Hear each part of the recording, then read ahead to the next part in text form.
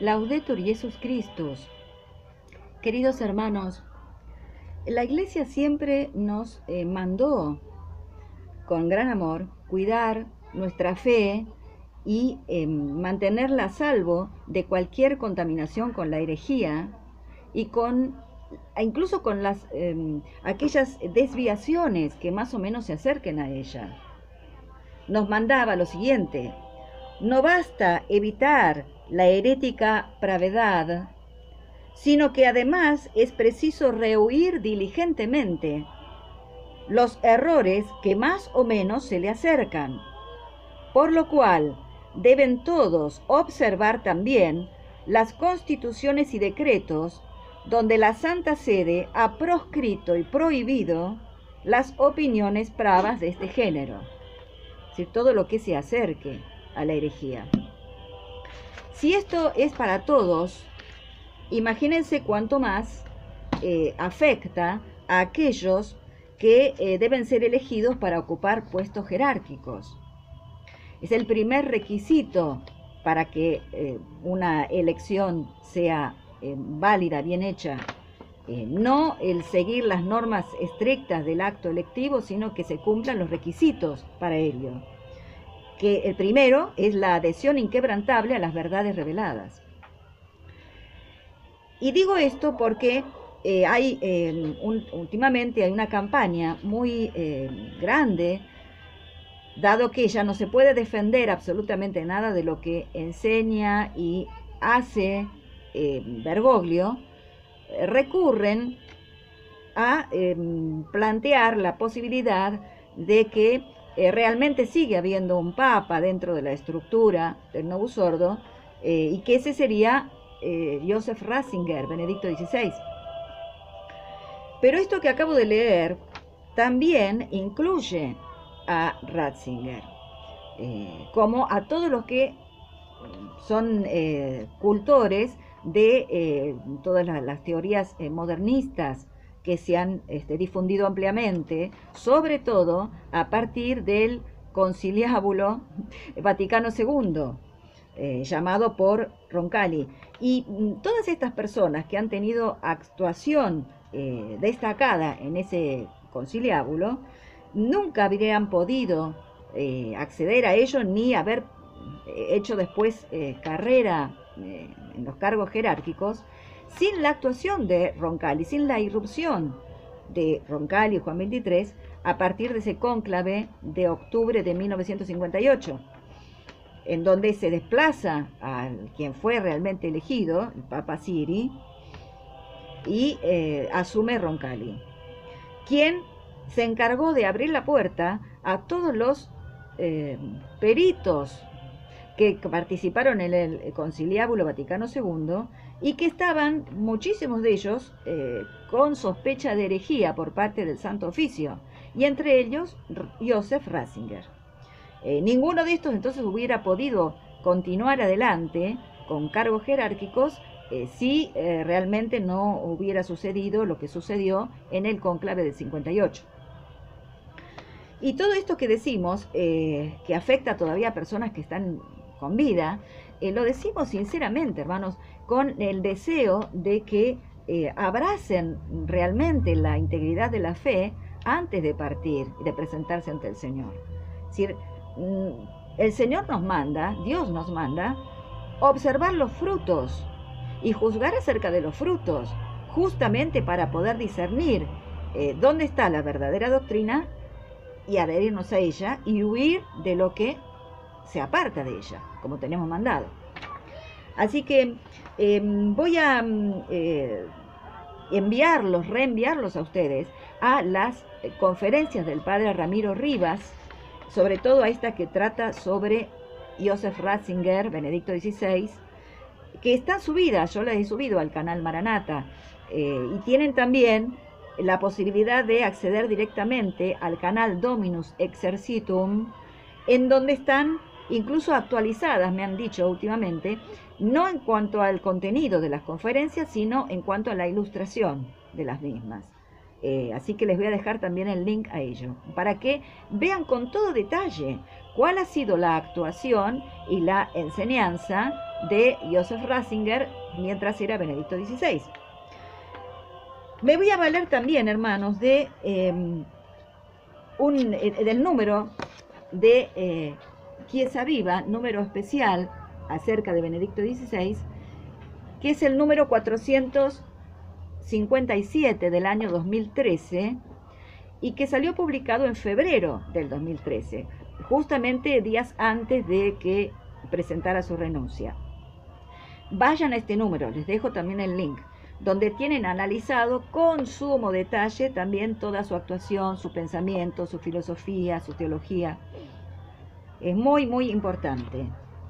Y yo quiero hacer referencia, como para dar un agregado más, a lo que él enseñaba antes de ser Benedicto XVI. Y voy a tomar de esta obra de él, Introducción al Cristianismo, porque todavía se sigue enseñando en los sitios de formación que dependen de la estructura vaticana. Y esto es muy importante porque hay una continuidad, no ha cambiado su pensamiento. Incluso, no recuerdo yo en este momento cuál fue el año exacto en que él mandó que se reeditaran todas sus obras sin ninguna corrección, lo dijo expresamente, sin ninguna corrección. Así que lo que voy a leer acá es lo que sigue pensando. No ha sido corregido. Voy a tomar exactamente el punto que se refiere a la redención, ni más ni menos, y cómo lo conecta con el sacrificio de la misa. Porque aquellos que se presentan dentro del Novus Ordo como conservadores, como amantes de la liturgia tradicional, siempre han querido presentar a Benedicto XVI como un adalid de justamente de la liturgia tradicional. Y vamos a ver entonces cuál es su verdadero pensamiento acerca de esto. En la página 198 de este libro, Introducción al Cristianismo, nos habla acerca de esta teología de la redención, citando a Anselmo de Canterbury, figura del siglo XI, principio del siglo XII, que es el que elaboró la respuesta para conjugar el tema de la justicia divina con el amor misericordioso del Señor. Entonces, él en la página 199 dice ahora que resume la respuesta de San Anselmo de esta manera: Dios mismo repara la culpa, pero no mediante una simple amnistía, cosa que le hubiera sido posible, pero que Dios no quiso, porque no restablecería el orden desde adentro, el orden violado por el pecado, sino que esto va a ser restaurado por la encarnación del Hijo de Dios, que como hombre pertenece al género humano, pero al mismo tiempo, porque es Dios, tiene la capacidad de llevar a cabo la reparación, cosa imposible al hombre. Entonces, la redención es pues gracia, es graciosa, pero a la vez es reparación del derecho violado. Esto es lo que clarificó San Anselmo. Muy bien. Entonces dice Ratzinger: Anselmo creyó haber dado así una respuesta satisfactoria a este problema, al problema de por qué la encarnación y la cruz. Sus ideas dominaron por espacio de 1000 años en la cristiandad occidental. Voy a la página siguiente, página 200. Dice: pero aún admitiendo todo esto, nadie podrá negar que la perfecta lógica del sistema divino-humano de la justificación desfigura las perspectivas y sumerge la imagen de Dios en una luz sospechosa.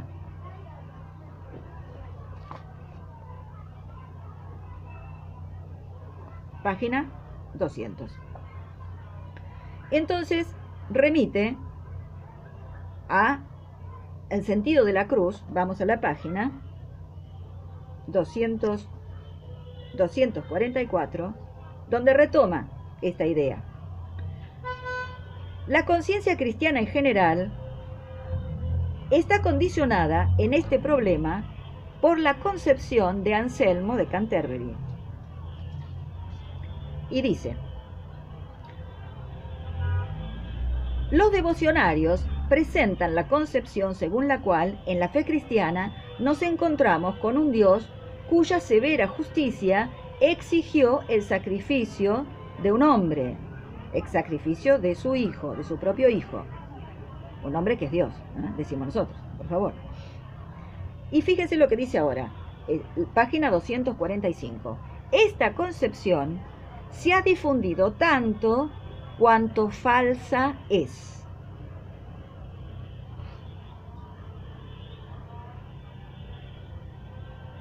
Falsa. La Biblia no nos presenta la cruz como pieza del mecanismo del derecho violado. Dice, la cruz en la Biblia es más bien la expresión de un amor radical. Esto, ¿saben por qué? Porque todo el modernismo quiere hacer hincapié solamente en el amor que se entrega, quitando de lado el acto mismo de ese amor redentor, que es la muerte en la cruz y el derramamiento de sangre. La víctima que se entrega hasta el derramamiento de sangre, que justamente es lo que nos salva. Así que esto es también sostenido por Joseph Ratzinger. Lo cual fíjense que es falso, porque ya no más el que ama tanto el Antiguo Testamento, si ustedes recuerdan en el profeta Isaías, capítulo 53, hablando del Señor, Él en verdad ha tomado sobre sí nuestras dolencias, ha cargado con nuestros dolores, fue traspasado por nuestros pecados, quebrantado por nuestras culpas. El castigo, causa de nuestra paz, cayó sobre Él, y a través de sus llagas hemos sido curados. Versículo 5, capítulo 53. Yahvé cargó sobre Él la iniquidad de todos nosotros. Versículo 10. Yahvé quiso quebrantarle con sufrimientos, mas luego de ofrecer su vida en sacrificio por el pecado, verá descendencia, vivirá largos días, y la voluntad de Yahvé será cumplida por sus manos. Más adelante, versículo 11. Mi siervo el justo justificará a muchos por su doctrina y cargará con las iniquidades de ellos. Y en el versículo 12, hacia el final, por cuanto entregó su vida a la muerte y fue contado entre los facinerosos, porque tomó sobre sí los pecados de muchos e intercedió por los transgresores. Fíjense ustedes, el castigo de nuestra paz cayó sobre Él, en sus llagas hemos sido curados, por favor. Y todo, el mismo Nuevo Testamento, ¿cómo? ¿San Juan acaso no lo presenta al Señor como el Cordero de Dios? Este es el Cordero de Dios, el que quita, el que lleva el pecado del mundo, dice en la traducción de Straubinger. El Cordero, el que tiene que ser sacrificado, cuya sangre debe ser derramada. Y el Señor mismo no se presenta como buen pastor, el que da la vida por sus ovejas. La da hasta perderla, con derramamiento de sangre, ¿entienden? Y en el Apocalipsis no se nos presenta al Cordero inmolado: por tu sangre compraste para Dios hombres de toda raza, pueblo, lengua y nación, y has hecho de ellos un reino de sacerdotes, y reinan sobre la tierra. Es la sangre del Señor, ¿entienden? Es lo que toda esta línea se empeña en borrar, no por casualidad. Porque si ustedes recuerdan esa magnífica película de Mel Gibson, La Pasión de Cristo, fíjense, toda la vida del Señor ha sido el acto de amor más grande. Estando colgando en la cruz, estaba amando hasta el final. Pero ¿cuál es el momento exacto en que toda la humanidad es arrebatada de las garras de Satanás? ¿Cuándo? Cuando el Señor expira, cuando muere. cuando derrama la última gota de su sangre. Si ustedes se fijan en esa imagen, es exactamente en la muerte del Señor como Satanás, desde lo más profundo del abismo, pega ese grito terrible. ¿Se dan cuenta entonces? ¿Cuál es la jugada malvada de toda esta teoría? Es borrar exactamente la acción redentora con la muerte, con el derramamiento de sangre. Terrible esto, ¿no? Terrible. Bueno, aplicado esto a la misa, estas cosas me impresionan mucho, miren. Dice más adelante, en la página 250, nuestro texto afirma, sin embargo, que Jesús ofreció su sangre, destacado, con la que realizó la justificación. Pero, enseguida agrega, esta sangre no hemos de concebirla como un don material, como un medio de expiación cuantitativo, sino simplemente la concreción del amor. Sí, que entienden cuál es Es clarísimo cómo quieren sacar el hecho, sacar de la vista de los fieles, el hecho de que es con la muerte redentora, por supuesto llena de amor, obviamente si no, no lo hubiera hecho, nos hubiera entregado, nos hubiera encarnado, pero lo que nos salva a nosotros es esa sangre derramada. Eso es lo que vence a Satanás. ¿Ven? Y enseguida se va a tratar de la esencia del culto cristiano. Presten atención a lo que dice acá. La esencia del culto cristiano no es pues el ofrecimiento de cosas, ni la destrucción de las mismas, como a partir del siglo XVI afirmaban las teorías del sacrificio de la misa. El acontecimiento de Cristo y su explicación bíblica ha superado todos esos ensayos de ilustración. Está ahí.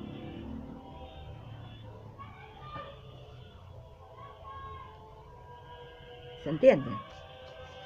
Él borra este acto redentor, la necesidad de que la víctima sea destruida.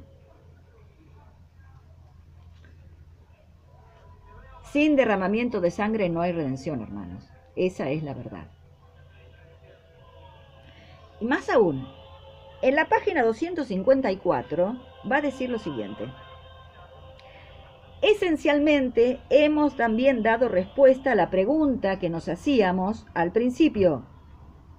¿No es indigno de Dios pensar que exige la muerte de su Hijo para aplacar su ira? A esta pregunta solo puede responderse negativamente. Dios no pudo pensar así. Nada tiene que ver con la idea neotestamentaria de Dios.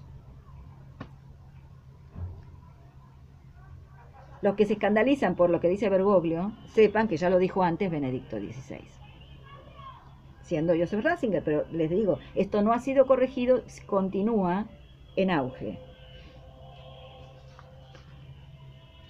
Y una cosa más, para no ser ya tan largo esto, y no lo quiero cortar para no interrumpir la exposición. Una cosa más, acerca del descendimiento del Señor a los infiernos, y acerca del infierno en sí. Fíjense lo que afirma en la página 260 de esta introducción al cristianismo. Dice, el núcleo significativo del descendimiento a los infiernos, que es la participación en el destino mortal de los hombres. Si el infierno sería eso, que descendió a los infiernos, el Señor sería que participó del destino mortal de los hombres. Y en la página 262 dice, hablando del descendimiento a los infiernos también, la frase afirma pues que Cristo pasó por la puerta de nuestra última soledad, el abandono. Eso es el infierno. El infierno queda así superado, mejor dicho, ya no existe la muerte, que antes era el infierno. Hermanos, todos aquellos que defienden la posibilidad de que siga siendo Papa católico Benedicto XVI, por favor, siéntense a leer y a estudiar lo que se debe estudiar. Repito, les deseamos a todos, los que están con vida, e inclusive, por supuesto, a Joseph Ratzinger, que abracen la verdadera fe antes de partir. Pero de ninguna manera los que están fuera de la fe plena no pueden tener ningún cargo jerárquico. Maranatá, ven Señor Jesús. Dios los bendiga.